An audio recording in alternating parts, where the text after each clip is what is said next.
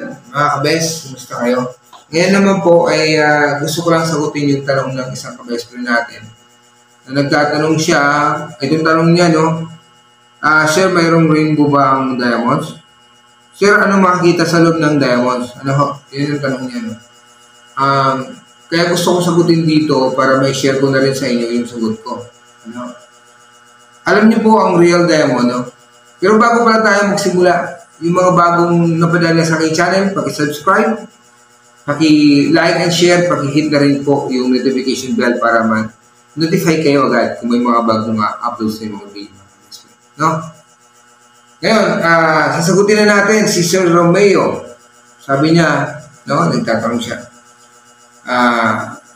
Sir, alam nyo, no, yung real diamonds kasi,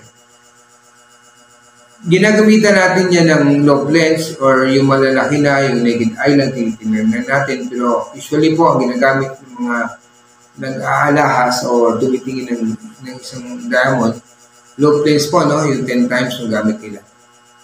Makita niyo po doon sa loob ng diamonds, usually, gray at white lang po yun. No? Yung gray at white, yun na po yung makikita sa loob ng diamonds.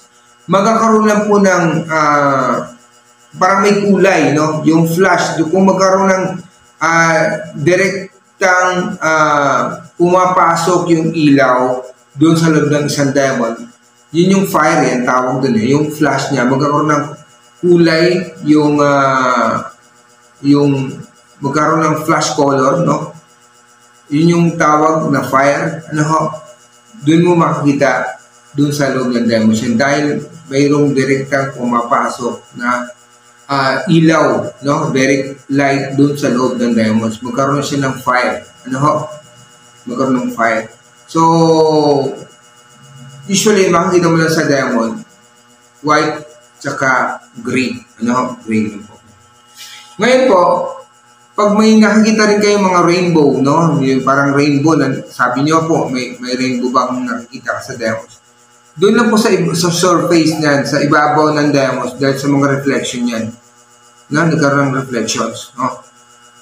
Pero once ang diamond na tinutukoy ninyo na may nakikita kang rainbow sa ilalim, yun yung mga isas palatandaan na fake ang isang stone.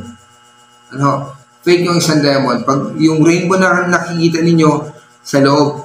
At isa pa ho palatandaan yan, kung hindi man fake ang isang diamond, no? Na may nakikitang rainbow, na sa tingin mo rainbow, no? Pero sa mga sanay ng tumingin ng diamonds, matutukoy agad nila eh, kung rainbow hindi, no? Kasi yung mga sinasabing mga treated diamonds, yung mga may mga yung inclusion sa ilalim, tinitreat ko kasi yan ang sinasabi ko na sa isang video ko. Nilalagyan ng something chemical yan, nililinis, minsan, inaano nila yan eh, no? Ni-injectan nila ng chemical yan para malinis po yun. Pero still, matanggal man yung, palagay natin yung parang mga dark spot doon sa ilalim, no? Yung mga, kung anong mga defecto doon sa ilalim. Matanggal man nila yan. Pero still, maiiwan yung bakas po, no? Yung chemical na inilalagay, ini-inject nila doon.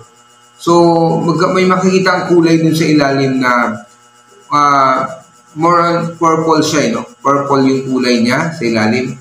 So, pag ginagalaw-galaw mo yung stone, doon mo na matutukoy, makikita yung mga purple, o yung mga sa tingin mo siguro, kung hindi ka sanay tumingin, parang rainbow kung sa tingin mo, no? Pero sa mga sanay na tumingin, violet eh, no? Parang violet purple yung nakikita mo sa loob. Yung mga treated po, yun yung mga fractured field diamonds mo, mga friends. Ano? Kaya, masailan po talaga ang diamonds. Kasi, pag, hindi naman po lahat ng diamonds ay maganda kung titingnan mo. Meron kasing, in-expect kasi natin lahat pag diamond ang ganda ng, kung titingnan mo siya, no? Parang, buhay na buhay yung ilalim niya. No? Hindi po, nakadepende po lagi yan sa cut ng isang diamond. Pag nakachempo ka ng isang round, perfect, brilliant cut, yun po yung nakikita mo yun. Doon mo ma-appreciate, doon mo talaga masasabing napaka-wow, napakaganda ng isang diamond. Kapag tsumempo ka, ang nakita mo ay yung mga perfect round brilliant cut po, mga kabes. Ano ho? Pero pag nakachempo ka na yung mga diamonds na hindi naman perfectly na-cut yung diamonds, no? Hindi maganda yung pagka-cut. May sinasabi ako sa last time na video ko, yung mga deep pavilion, di ba? Deep pavilion, may mga shallow pavilion, mga binabanggit ko, ano ho? Yun yung hindi maganda yung kinang, no? Pero pag makachempo ka ng perfect round brilliant cut po, mga ka-best friend, doon mo talaga mapasabi mo talaga, wow, napakaganda ng diamonds mo. Napakaganda po talaga. Ganun po, mga ka-best friend. Ano ho? Kaya magtataka kayo na may mga diamonds, pare naman ang diamonds, palagyan natin, pareho ang laki ng diamonds, pero yung isa mabrilyo, may isa hindi mabrilyo. May mga reasons po kasi yan, may mga dahilan yan kung bakit ganun po, no? Mayroon namang isa kahit perfectly na cut lang, na perfect round brilliant cut siya, pero may mga inclusions naman. So humaharang din po kasi sa brilliance yan, no, ng isang diamonds, no. Kaya marami pong titingnan ka doon. Pag may makikita kang napakaganda, napakalinaw, napakaganda ng kislam, sparkle niya, napakaganda, yun yung ano ko, pagdating sa clarity niya, malinis talaga, no? Pagdating sa cut, napaka-perfect ng cut. Doon mo makita yung diamonds na napakaganda. Ano po, mga kabes. So, hindi po lahat ng huwag niyo isipin na pag parehong diamonds, parehong ang laki ng diamonds, parehong kinang niya, parehong ganda niya, hindi po, magkakaiba po yun. Ano po, mga kabes. Kaya maselan po talaga. Kaya sabi ko nga, kung bibili kayo ng isang diamonds, huwag kayong basta bumili, dapat may kasama kayong marunong tumingin, mga kabes. Dahil baka malugi lang kayo kung bibili kayo. Baka mapamahal, mga kabes. No? Yun lang po sa ngayon muna, no? Kasi gustong magtanong na maging matapig natin next video natin, mag-comment lang po kayo at sasagutin po natin yung mga tanong nila, mga kabes. Hanggang sa muli po, mga kabest friend. Shout out po sa lahat ng aking mga subscribers. Umabot na po tayo ng 2,043 and counting po. Salamat po sa patuloy ninyong pagsuporta sa aking mga videos, mga kabes friend, sa aking channel.